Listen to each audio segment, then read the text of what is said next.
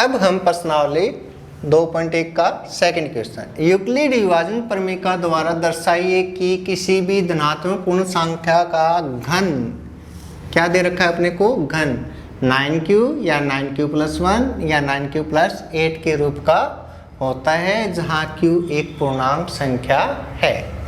अपने को यहाँ घन दे रखे हैं, ये हल करते हैं इसको।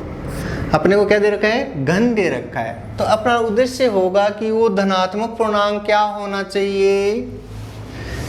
इसका पहले कॉमन चीज क्या है इसमें, 9। इस 9 का घनमूल निकाल लेते हैं। तो 9 का घनमूल क्या होता है, 3। क्या होता है, 3। तो वह धनात्मक पूर्णांक संख्या माना a है। और इस a की वैल्यू क्या होगी, वो a होगा, इसका घनमूल निकाल लेते हैं 3q। क्या आ गया, 3, इसका घनमूल निकाल दिया 3, और q ऐसा का ऐसा q। और अपने को पता है a = 3q। तब यहाँ पर b जो रिमाइंडर होता है शेषफल r, यहाँ पर क्या होता है शेषफल, उसकी पॉसिबल वैल्यू क्या होती है, वो 0 से बड़ा है, 0 के बराबर और 3 से छोटा होता है। जहाँ r है वो 0 से बराबर या 0 से बड़ा और लेस देन 3 से छोटा होता है।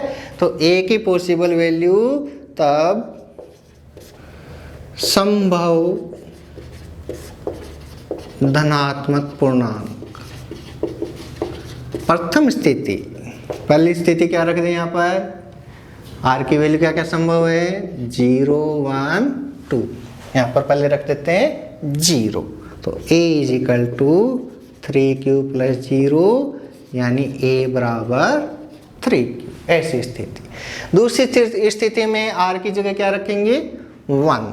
दूसरी स्थिति में a बराबर 3q, r की जगह क्या रिप्लेस करेंगे, 1। तीसरी स्थिति में a = 3q, r की जगह क्या रखेंगे, 2। ऐसी अपने पास 3 स्थितियां बनती हैं। अब इनका करते हैं घन। क्या करते हैं, घन। तो प्रथम स्थिति का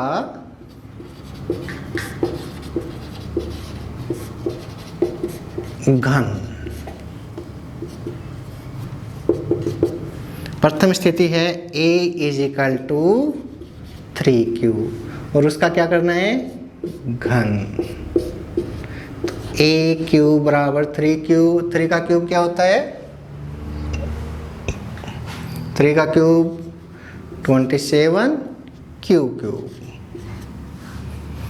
a³ = 27 को लिख सकते हैं 9 × 3q³। और इसको q यहाँ पर लेके चल रहे हैं, तो अपन यहाँ पर m लेके चल लेते हैं। क्या लेके चल लेते हैं, m। तो 3m, ऐसी स्थिति में अपने पास m की फॉर्म आती जाएगी।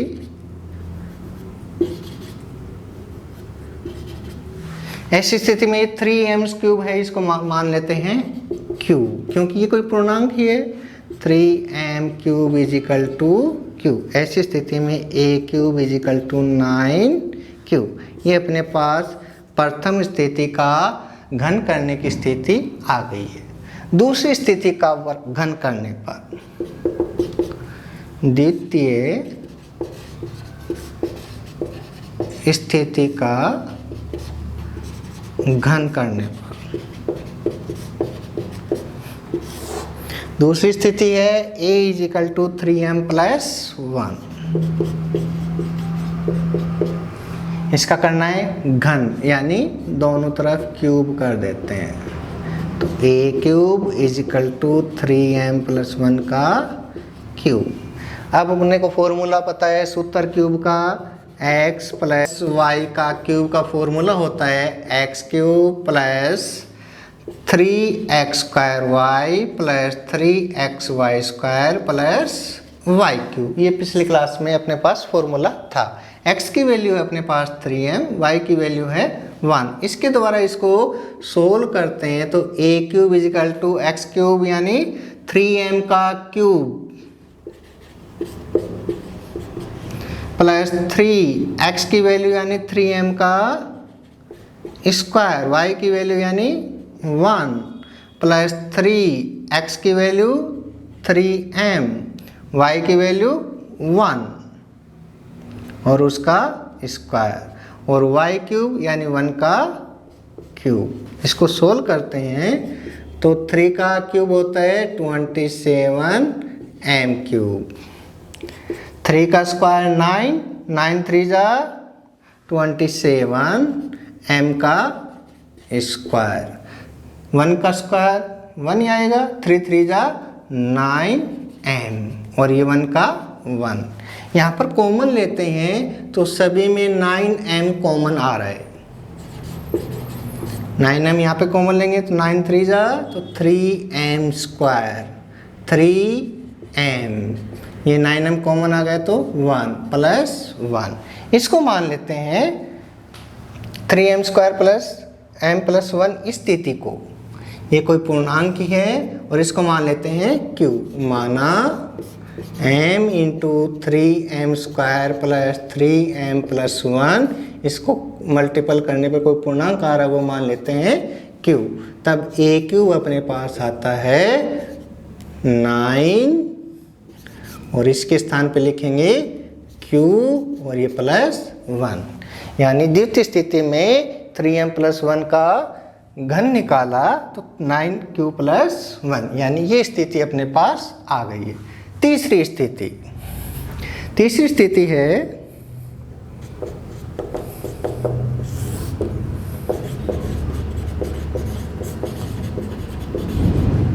तीसरी स्थिति अपने पास ये वाली है 3m प्लस 2, a बराबर 3m प्लस 2। इसका करते हैं कन का घन करने पर, यानी a क्यूब 3m प्लस 2 का क्यूब। वही फॉर्मूला फिर x प्लस वाई का होल क्यूब, ये फॉर्मूला फिर लगाते हैं यहाँ पर।